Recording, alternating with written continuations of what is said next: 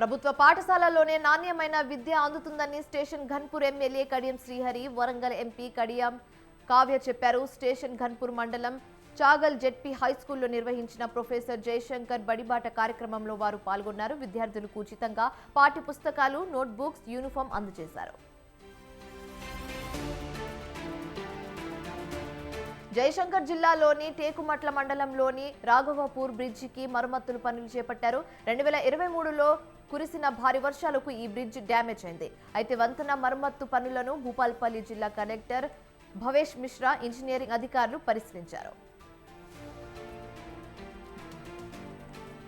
అనంతపురం జిల్లా కళ్యాణదుర్గం సెగ్మెంట్లోని ఎంపీపీ ఆఫీసులలో ఏర్పాటు చేసిన టీవీలో చంద్రబాబు ప్రమాణ స్వీకారోత్సవాన్ని లైవ్ లో పలువురు చూశారు. మహిళా సంఘాల సభ్యులు, అభిమానుల కోసం మండల పరిషత్ అధికారులు మండల పరిషత్ ఆఫీసులో ఏర్పాటు చేశారు. అయితే కళ్యాణదుర్గంలో టీడీపీ, బీజేపీ, జనసేన నేతలు కలిసి కేక్ కట్ చేసి సంబరాలు చేసుకున్నారు.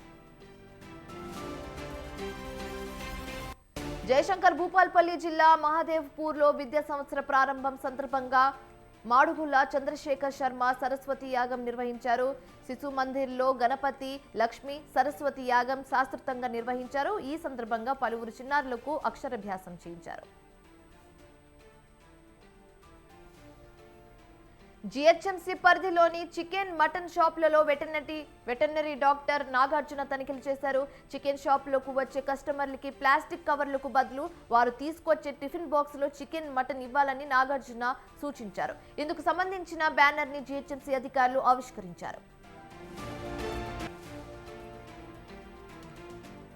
హనుమకొండ జిల్లా నక్కలగుట్టలో శ్రీ చైతన్య స్కూల్ యాజమాన్యం మోసం బయటపడింది. ర్యాంకుల పేరిట విద్యార్థులను మానసికంగా హింసిస్తున్న శ్రీ చైతన్య ఇప్పుడు పేరెంట్స్ గుండెల్లో బండరాళ్లు వేస్తున్నారు. నక్కలగుట్ట క్యాంపస్ లో అడ్మిషన్లు అవగానే క్యాంపస్ ను వరంగల్ కు మారుస్తున్నట్లు మెసేజ్లు పెట్టింది. దీంతో తల్లిదండ్రులు ఆందోళనకు గురవుతున్నారు.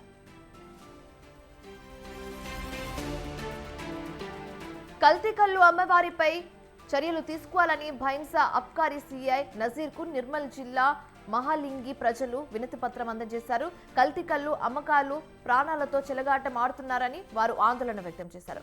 గ్రామంలో ఉన్న 8 తాడి చెట్ల నుంచి వచ్చే తక్కువ కల్లుకు రసాయనాలు కలిపి ఎక్కువ చేసి అమ్ముతున్నారని గ్రామస్తులు ఆవేదన వ్యక్తం చేస్తున్నారు.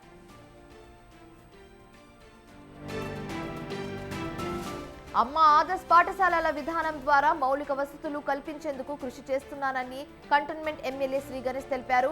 లాల్ బజార్ ప్రభుత్వ బాలుర హై స్కూల్లో జరిగిన బడిబాట కార్యక్రమంలో ఎమ్మెల్యే పాల్గొన్నారు.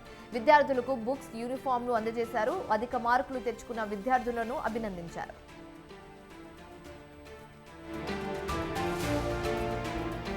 పేదలకు నాణ్యమైన విద్య అందించేందుకు ప్రభుత్వ స్కూళ్లను బలోపేతం చేసేందుకు ప్రభుత్వం కృషి చేస్తుందని మేడ్చల్ జిల్లా కలెక్టర్ గౌతమ్ అన్నారు.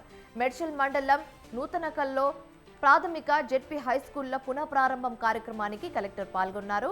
జిల్లాలో అమ్మ ఆదర్శ పాఠశాలలో మౌలిక వసతుల కల్పనకు 12 కోట్ల రూపాయలు మంజూరు చేసినట్లు చెప్పారు.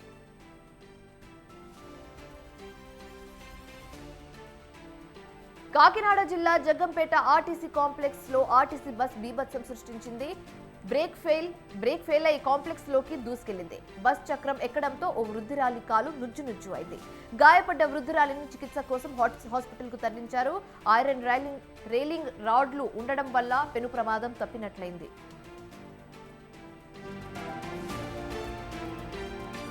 తిరుమల శ్రీవారిని మాజీ మంత్రి డిఎల్ రవీంద్రారెడ్డి ఫ్యామిలీతో దర్శనం చేసుకున్నారు.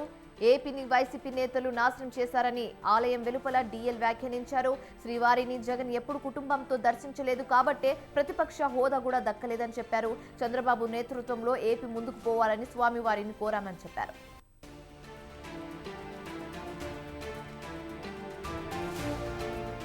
తిరుమల శ్రీవారిని వీఐపీ విరామ సమయంలో పలువురు వీఐపీలు దర్శించుకున్నారు. వాదిరాజా మఠం విశ్వభాలభ, కన్నడ సినీ నటులు Rakshit Shetty, Raj B Shetty, Telangana MLA Murali Naik, heroine Aishwarya Rajesh, veteran నటి శ్రీలక్ష్మి వేరువేరుగా శ్రీవారి సేవలో పాల్గొన్నారు.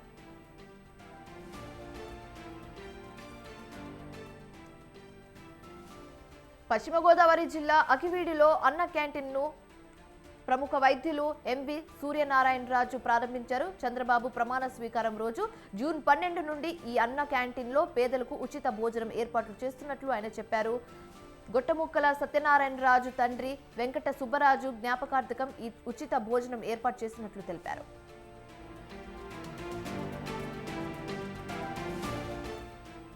తిరుపతి జిల్లా తిరుచానూరు శ్రీ పద్మావతి అమ్మవారిని హైకోర్టు న్యాయమూర్తి రఘునందన్ రావు కుటుంబ సమేతంగా దర్శించుకున్నారు. జడ్జికి ఆలయం వద్ద డిప్యూటీ ఈఓ గోవిందరాజన్ సహా పలువురు అధికారులు స్వాగతం పలికారు.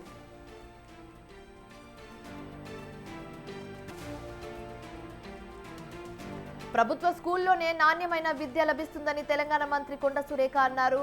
ఖిలా వరంగల్లోని ఆర్ఎల్డి బుచ్చయ్య ప్రభుత్వ స్కూల్లో బడిబాటలో కలెక్టర్ ప్రావీణ్య, మేయర్ సుధారాణితో కలిసి సురేఖ పాల్గొన్నారు. విద్యార్థులకు పుస్తకాలు, దుస్తులు అందజేశారు. పేద విద్యార్థులకు నాణ్యమైన విద్య అందిస్తున్నామని మంత్రి చెప్పారు. తూర్పుగోదావరి జిల్లా నిడదవోలు ఎమ్మెల్యే కందుల దుర్గేష్ ను మంత్రి పదవి వరించడంతో కూటమి కార్యకర్తలు ఆనందోత్సవాలు ఘనంగా ఉన్నాయి. అయితే నిడదవోలు ప్రధాన కూడలలో కేక్ కట్ చేసి బారసంచ కాల్చుతూ సంబరాలు చేసుకున్నారు. గణేష్ చౌక్ లోని శ్రీ పూజ గణపతి కుమారస్వామి ఆలయంలో 108 టెంకాయలు కొట్టి మొక్కులు తీర్చారు. దుర్గేష్ కు శుభాకాంక్షలు తెలిపారు. గ్రూప్ 1 మెయిన్ షెడ్యూల్ ను టీజీపీఎస్సీ విడుదల చేసింది. అక్టోబర్ 21 నుంచి 27 వరకు పరీక్షలు నిర్వహించినట్లు టీజీపీఎస్సీ పేర్కొంది. మధ్యాహ్నం 2:30 నుంచి సాయంత్రం 5:30 గంటల మధ్య పరీక్ష ఉంటుంది.